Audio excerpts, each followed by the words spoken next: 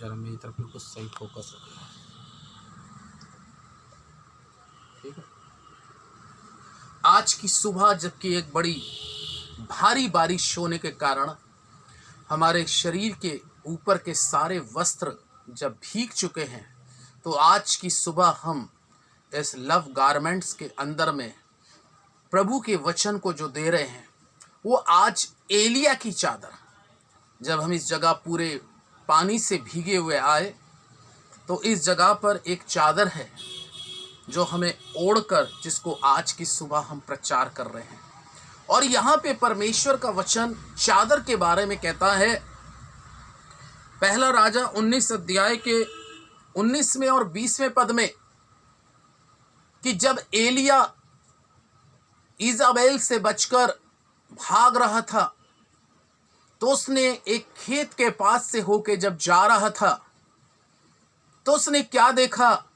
परमेश्वर का वचन इस प्रकार से कहता है कि उसने देखा कि एलीशा खेत के अंदर में हल चला रहा था। 12 जोड़ी बैल को लेकर खेत के अंदर में हल चला रहा था। और परमेश्वर का पवित्र वचन इस प्रकार से कहता है कि एलिया उसके पास गया। और एलिया जब उसके पास गया, तो परमेश्वर का वचन कहता है कि उसने अपनी चादर एलीशा के ऊपर में डाल दी। हालेलुया। और जो एलीशा के ऊपर में उसने अपनी चादर डाली, प्रभु के लोगों, वो चादर साधारण चादर नहीं थी। उस चादर के अंदर में बहुत बड़ी सामर्थ्य थी, बहुत बड़ा अभिषेक था, बहुत बड़ी उपस्थिति थी, बहुत बड़ी प्रेजेंस थी। उस चादर की खासियत परमेश्वर का वचन हमें बता रहा है। और परमेश्वर का पवित्र वचन दूसरे राजा की पुस्तक 2 अध्याय के अंदर में परमेश्वर का वचन 14वें पद में लिखा है, तब उसने जो एलिया की चादर उसके ऊपर आके गिरी, उसने पकड़कर नदी पर मारी।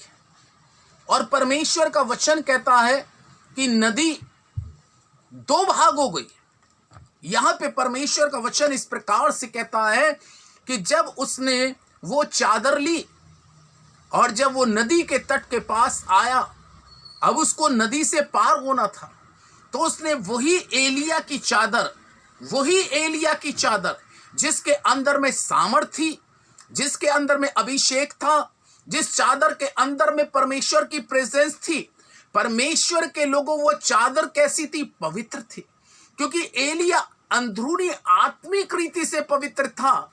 तो क्या आपको मालूम है कि जो वस्त्र खुदा के लोग पहनते हैं, या जो चादर ओढ़ते हैं, या जो भी कपड़ा वो पहनते हैं, अगर हमारा जीवन अंदर से परमेश्वर के प्रति और परमेश्वर के वचन के प्रति पवित्र होता है, तो आपको मालूम है कि परमेश्वर की सामर्थ कपड़ों में भी आ जाती है। जैसे यीशु मसीह के अंदर में उसके कपड़ों में सामर्थ थी, उसी प्रकार से परमेश्वर का वचन कहता है, जब स्त्री ने उस वस्त्र को छुआ तो चंगी हो गई। उस कपड़े के अंदर में इतनी सामर्थ पाई जाती थी, वो कपड़ा भी छूने से लोग चंगे हो जाते थे। और जब एलिया ने उस चादर को जो एलीशा को दी थी, मालूम है, जब वो एलीशा नदी के पास आया, नदी उसके जीवन में रुकावट बन रही थी, पानी उसके जीवन में रुकावट बनना था। कई बार मेरे और आपके जीवन के अंदर में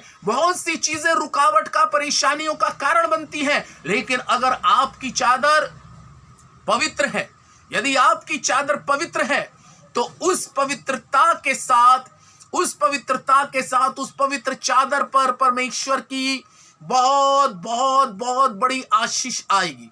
और इतनी बड़ी जबरदस्त आशीष आएगी कि वो चादर के द्वारा भी मेरिकल जैसे नदी में हुआ, तो मैं कहूंगा कि आपके शरीर के ऊपर में जो कपड़े होते हैं, अगर आपका जीवन परमेश्वर के साथ पवित्र है, अगर आपका जीवन परमेश्वर के साथ निर्दोष है, अगर आपका जीवन परमेश्वर के साथ एक खराई और सच्चाई के साथ चल रहा है, तो वो परमेश्वर जो एलिया की चादर एलीशा के हाथ में थी, क्योंकि उसकी दुगनी सामर्थ एलीशा के पास आ गई।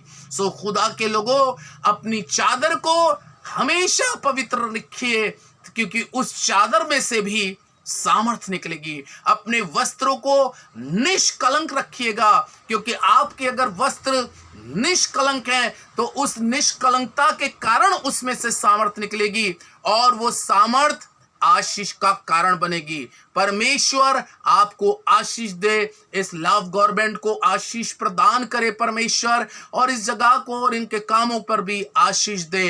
प्रभु आपको आशीष दे। स्वर्ग शक्तिमान हमारे जीवित परमेश्वर, तूने एलिया की चादर पर आशीष दे दी कि एलीशा ने नदी के ऊपर में मारा और वो 2 भाग हो गई और वो उसमें से पार हो गया।